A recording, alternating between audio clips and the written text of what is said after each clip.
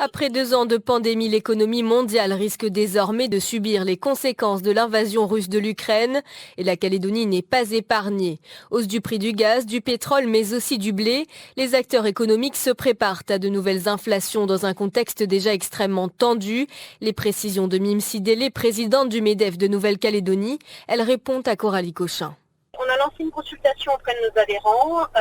On attend encore certains résultats. Ce qu'on peut dire, c'est que, bien évidemment, au niveau de l'aérien, on connaît déjà les conséquences directes sur la société Air Calin et les adaptations nécessaires. Il faut savoir que ça va évidemment impacter le fret aérien qui a durement été touché déjà depuis 1 an. Donc on attend de voir quelles adaptations vont pouvoir être apportées sur les lignes aériennes. Sur le trafic maritime, on attend un retour plus précis des grandes compagnies qui desservent la Nouvelle-Calédonie.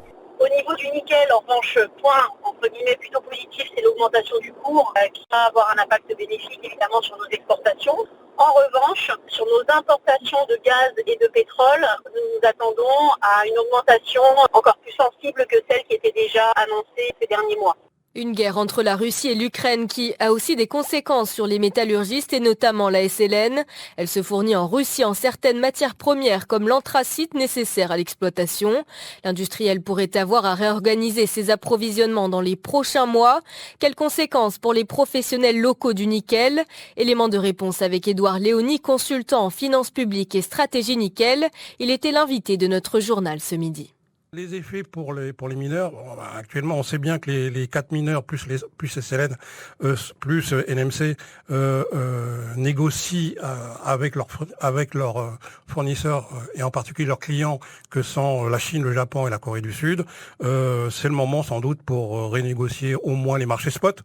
Les marchés de court terme. Donc c'est le moment de négocier sans doute pour les mineurs.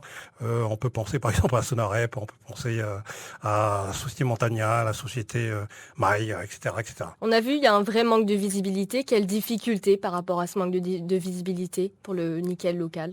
Eh bien, c'est justement une de mes idées, c'est on pourrait avoir une visibilité en mettant en place un outil qui permettrait d'augmenter de 30% le chiffre d'affaires de la plupart des acteurs du secteur nickel en créant une organisation qui s'appelle l'Organisation des pays exportateurs du nickel. La Nouvelle-Calédonie, l'Australie, les Philippines et l'Indonésie ont une influence d'environ 60% sur le marché mondial.